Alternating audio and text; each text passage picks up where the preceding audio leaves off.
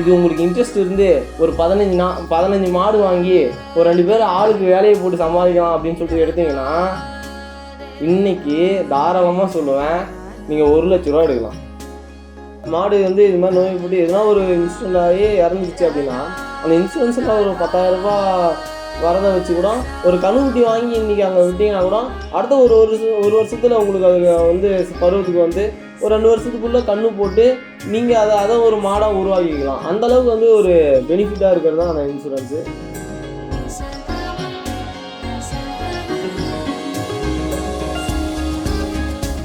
என் பேர் வந்து Anandan sir. Krishnagiri district ஊத்தார taluka Manalpatti பஞ்சாயத்தில் குறும்புவசன்ற கிராமத்துலேருந்து இருக்கோம் சார்.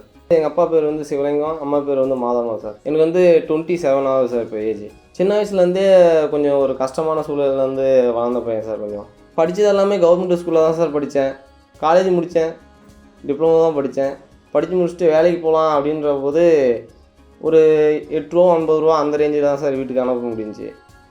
சரி இது வேணாம், கவர்மெண்ட் எக்ஸாம் வந்து ட்ரை பண்ணுவோம், ஹைட்டாக இருக்க பிசிக்கு ட்ரை பண்ணு அப்படின்னு சொல்லிட்டு எல்லாம் சொல்லும் போது அதுக்கு உட்காந்து ப்ரிப்பேர் பண்ண ஆரம்பித்தேன் சார். அதுலேயே ஒரு 4 வருஷம் போயிடுச்சு. அதுவும் வந்து கிளியர் பண்ண முடியல.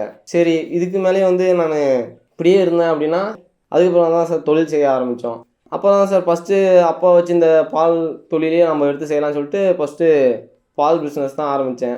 கலெக்ஷன் சென்டர் போட்டேன். அதில் கொஞ்சம் கொஞ்சமாக டெவலப்மெண்ட் ஆகிட்டு சரி கலெக்ஷன் சென்டர் வச்சுருக்கோம், ஒரு 4 மாடு வாங்கலாம் அப்படின்னும் போது தான் ஃபஸ்ட்டு ஒரு மாடு வாங்கினேன். ஓகே, அதாவது ஒரு ஆவரேஜாக ஒரு 15 லிட்டரு கறக்கும் ஒரு நாளைக்கு. 1 லிட்டரு 30 ரூபா கூட ஒரு 450 ரூபா ஒரு நாளைக்கு. அதில் ஒரு 100 ரூபா செலவு பண்ணால் கூட ஒரு 300 ரூபா ப்ராஃபிட் நிற்கும். 10 நாளைக்கு 3000 ரூபா. ஒரு மாதத்துக்கு ஒரு 9000. ஒரு மாட்டில் ஒரு 3 மாதம் 4 மாதம் வரைக்கும் அந்த 9000 குறையாமல் வந்துச்சு. அதுக்கு மேலே அது செனை பண்ணி அது வந்து ஒரு 1 இயர் கழியறதுக்குள்ளே அதில் ஒரு வந்த 9000த்தில் மேலும் ஒரு 3000 நான் அந்த ஒரு மாட்டுக்கு நான் செலவு பண்ணேன் அப்படின்னா கிட்டத்தட்ட ஒரு 6000 ரூபா, குறைஞ்சபட்சம் ஒரு 5000 ரூபாய்ச்சும் ஒரு மாட்டில் ஒரு ப்ராஃபிட் நிற்கும். அப்படின்னும் போது சரி இதை இன்னும் எக்ஸ்பேண்ட் பண்ணலாம், டெவலப்மெண்ட் பண்ணலாம், மாடு வாங்கலாம் அப்படின்னு ஒரு எண்ணம் வந்துச்சு. துவாரா ஈடேரின்னு சொல்லிட்டு ஒரு அண்ணன் அதில் வேலை செஞ்சார், தமிழ் அண்ணன். அவருக்கு காண்டாக்ட் பண்ணி கேட்கும் போது இது மாதிரி இருக்குது தம்பி, லோன் பண்ணலாம் அப்படின்னு சொல்லிட்டு அவர் மூலிமா தான் பண்ணி கொடுத்தாரு. 1 லட்ச ரூபா ஃபஸ்ட்டு பண்ணி கொடுத்தாரு. அது மூலிமா ஒரு மாடு வாங்கினேன். அந்த மாடு இன்றைக்கும் வந்து கன்று போட்டு என்கிட்ட பால் கறந்துட்டுருக்கு, நல்லபடியாக போயிட்டுருக்கு. சரி இதையும் பார்த்துட்டு சரி மாடு வந்து அவ்வளோ ஒர்க் இல்லை, ஒரு 2 மாடு தானே மேக்ஸிமம், என்ன ஒரு நாளைக்கு ஒரு 2 மணி நேரம் அதிகபட்ச ஒர்க்கு, மித்தபடி வந்து அதிகமான ஒர்க்கு கிடையாது. சரி இதை நம்ம வந்து மீதி டைம் என்ன பண்ணலாம் அப்படின்னும் போது தான் 4 மாடு வாங்கினா ஒரு மாட்டில் 10 நாளைக்கு எனக்கு 3000 ரூபா நிற்கிது அப்படின்னா நாமும் 12, எனக்கு 10 நாளில் 12,000 ரூபா நிற்கும். 10,000 ரூபா நிற்கட்டும், 10 நாளைக்கு 10,000 ரூபா நின்றுச்சுன்னா 30 நாளைக்கு எனக்கு 30,000 ரூபா சாலிடாக நிற்குன்ற கணிப்பு போட்டு தான் நான் வந்து வேலை செஞ்சிட்ருக்கேன். ஃப்ரீயாக உட்காந்துருக்கக்கூடாது அப்படின்னு சொல்லிட்டு தான் இந்த தொழில் எடுத்து செய்யலாம் அப்படின்ட்டு இருக்கேன். இதை எக்ஸ்பேண்ட் பண்ணுறதுக்கும் இன்னும் நிறைய இருக்குது சார். இப்போ நான் கலெக்ஷன் சென்டர் வச்சுருக்கேன். ஒரு 5 லட்ச ரூபா என் கையில் இருந்துச்சுன்னா 10 பேருக்கு 10 மாடு வாங்கி கொடுப்பேன். ஒரு மாடு ஒரு நாளைக்கு 10 லிட்டரு கறக்கட்டும். 10 லிட்டரு கறந்துச்சுன்னா 10 மாடு 100 லிட்ரு. ஆனால் 10 மாடையும் நான் ஒண்டியாக பார்க்க வேண்டியதில்லை, என் கஸ்டமர் பார்ப்பாங்க. எனக்கு பால் இன்க்ரீஸ் ஆகும், அவங்க வாழ்வாதாரமும் வந்து இதில் இன்க்ரீஸ் ஆகும். மந்த்லி அந்த அதாவது அவங்க எக்ஸ்ட்ரா தேவையில்ல, அந்த மாட்டிலேருந்தே அவங்க டெவலப்மெண்ட் பண்ணால் சரி. இந்த வருஷம் ஒரு மாடு, அடுத்த வருஷம் ஒரு மாடு, அதே மாதிரி ஒரு 2-3 வருஷம் அவங்க வாழ்க்கையே மாறிடும். இன்றைக்கி ஒரு மாடு வச்சுருக்காங்க, நாளைக்கு 5 மாடு வச்சுருக்காங்க. அப்படியே அந்த என்ன சொல்கிறது, இந்த அதாவது எங்கள் வில்லேஜ் கிராமன்றதுனால இங்கே மாடெல்லாம் வந்து கரெக்டாக செட் ஆகுது. அதே மாதிரி இந்த தீவன பிரச்சனை, இந்த தண்ணி இல்லாத பிரச்சனை அதெல்லாம் எங்கள் ஏரியாவில் கிடையாது. சுற்றி பார்த்தீங்கன்னா தெரியும், வெறும் வயலாக இருக்கும், நெல் நட்டுருப்பாங்க, புல்லு இருக்கும். மாடு வளர்க்குறதுக்கான சூழல் அத்தனையுமே இங்கே கரெக்டாக இருக்கும். லோன் எடுத்தாலும் அதை கரெக்டாக கட்டுறதுலேருந்து எல்லாத்துக்குமே இது வந்து ஒரு ஹெல்ப்ஃபுல்லாக இருக்குது. இப்போ துவாரா ஈடேரியிலேருந்து எங்கள் ஏரியா சைடில் நிறைய பேர் எடுத்திருக்காங்க. லோன் எடுத்து ஒரு மாடு வாங்கி இன்றைக்கி 2 மாடு வாங்கி இன்றைக்கி 10 மாடு வச்சுருக்கவங்களாம் இருக்காங்க. இதே மாதிரி அந்த மாடு வந்து அதாவது ஒரு மாடு பருவத்துக்கு வந்து ஊசி போட்டோம் அப்படின்னா 6 மாதம் அதிகபட்சம் முத்தக்கரை வரைக்கும் கறக்கலாம். அடுத்த 3-4 மாதம் நம்ம என்ன பார்க்குறோமோ அதுக்கப்புறம் தான் அடுத்த ஒரு 3 மாதத்துக்கு நம்மளுக்கு நல்லா பால் கறக்கும். அந்த 3 மாதத்துக்கான அதாவது ஃபீடு காஸ்ட்டு நம்ம செலவு பண்ணுற காஸ்ட்டு கூட அந்தளவுக்கு எக்ஸ்பென்சிவாக தெரியாது. அதாவது 10 மாடு வச்சுருக்கும் போது எப்படின்னா ஒரு 6 மாடு வந்து சென மேலே இருந்துச்சுன்னா கூட ஒரு 4 மாடு நம்மளுக்கு வந்து கன்று போட்டு பால் கறந்தா கூட கையிலேருந்து அவங்க முதல் போட தேவையில்லை. அந்த பால் காசே எடுத்து அவங்க வந்து அதை வந்து சரி பண்ணிப்பாங்க. லோன் கட்டுறது வந்து எல்லாமே தொழில்னாவே செஞ்சால் தான் அதில் லாபம் வருமா நஷ்டம் வருமானு தெரியும். இத்தனை வருஷமாக மாடு வச்சுருக்கவங்க எல்லாரும் முட்டாள் கிடையாது. லாபம் வராமல் ஒரு விஷயத்தை யாருமே செய்யவே மாட்டாங்க.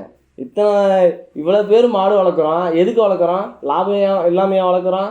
கண்டிப்பாக லாபம் இருக்குது, வேலை செய்யணும் சார். கண்டிப்பாக யங்ஸ்டர் வந்து எடுத்து செஞ்சாங்க அப்படின்னா என்கரேஜ் தான் பண்ணுவோம். ஏன்னா எங்கள் சைடு வந்து கிருஷ்ணகிரி டிஸ்ட்ரிக்டில் நாங்கள் இருக்கிறது பார்த்தீங்கன்னா ஒரு வில்லேஜ் ஏரியா, ஃபுல்லாகவே தண்ணி ஓட்டம் இருக்கிற இடம். இப்போ இங்கேருந்து எங்கள் ஊர்லேருந்து என்ன ஒரு 25 கிலோமீட்டர் வரும் சிக்காடு. ஆனால் போகிறாங்க. ஆனால் அவங்கள விடவே இப்போ மாதம் சேலரி ஒரு அங்கே போகிறாங்கன்னா வச்சுக்க ஒரு 25,000 வாங்குறாங்க மாதம். எவ்வளோ நாள் வேலை செய்யணும்? அதாவது சண்டே 4 சண்டே ஒரு மந்த்துக்கு 4 வீக் வருதுன்னா 4 சண்டே மட்டும் தான் லீவு. மித்தபடி 8 மணி நேரம் ஷிஃப்ட்டு, 3 ஷிஃப்ட்டு. எந்த ஷிஃப்ட்டில் கூப்பிட்டாலும் எப்போ கூப்பிட்டாலும் அவங்க போய் தான் ஆகணும், செஞ்சு தான் ஆகணும். ஆனால் 4 மாடு வச்சுருந்தேன்னா வச்சுக்க எனக்கு அதிகபட்சமே ஒரு நாளைக்கு 4 மணி நேரம் தான் வேலை. நான் பாட்டு காலையில் இறந்தனா, மாட்டை பார்த்தனா, பாலை கறந்தனா, வேலையை செஞ்சேனா ஒரு 3 மணி நேரம் அதிகபட்சம். அதுவும் ஓடி வேலை செய்யணுன்றதில்ல, 3 மணி நேரம் அழகாக வேலை செஞ்சுட்டு படுத்துட்டு தூங்குவேன் சாப்பிட்டு. அவங்க சம்பாதிக்கிற காசு இதெல்லாம் நான் சம்பாதிச்சுட்டு போவேன் 4 மாடு வச்சுருந்தேன்னா. நீங்கள் அதே மாதிரி இன்றைக்கி 4 மாடு, இது உங்களுக்கு இன்ட்ரெஸ்ட் இருந்து ஒரு 15 மாடு வாங்கி ஒரு 2 பேர் ஆளுக்கு வேலையை போட்டு சம்பாதிக்கலாம் அப்படின்னு சொல்லிட்டு எடுத்தீங்கன்னா இன்றைக்கி தாராளமாக சொல்லுவேன் நீங்கள் 1 லட்ச ரூபா எடுக்கலாம். இதுலேயும் ட்ராபேக்கு நிறைய இருக்குது. என்ன அப்படின்னா இப்போ புதுசாக கன்று போடுது மாடு, கன்று போட தெரியாமல் சாகிற மாடுங்கள்லாம் இருக்குது. மடிநோவு வரும். மடிநோவு ஏன் வரும்? பாலை கறந்துடுறீங்க, அந்த தொழுவும் க்ளீனாக இருக்காது. உடனே பால் கறந்த உடனே என்ன பண்ணணும்? தீனி காட்டி பில்லு போட்டு விடணும். மாடு படுக்க விடக்கூடாது.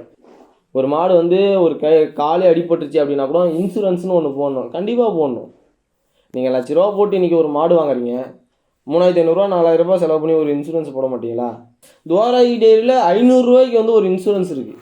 அதை போட்டு வச்சிங்கன்னா 10,000 ரூபா கிடைக்கும். இன்றைக்கி வந்து எது எப்போ நடக்குன்னே நம்ம சொல்ல முடியாது. புதுசாக எதுனா ஒரு இன்சிடென்ட் நடக்குது, மாடு வந்து அதனால் வந்து ஒரு ட்ராபேக் கிடையாது அப்படின்னா இன்சூரன்ஸ் இருந்துச்சு அப்படின்னா கொஞ்சம் தைரியமாக இருக்கலாம்.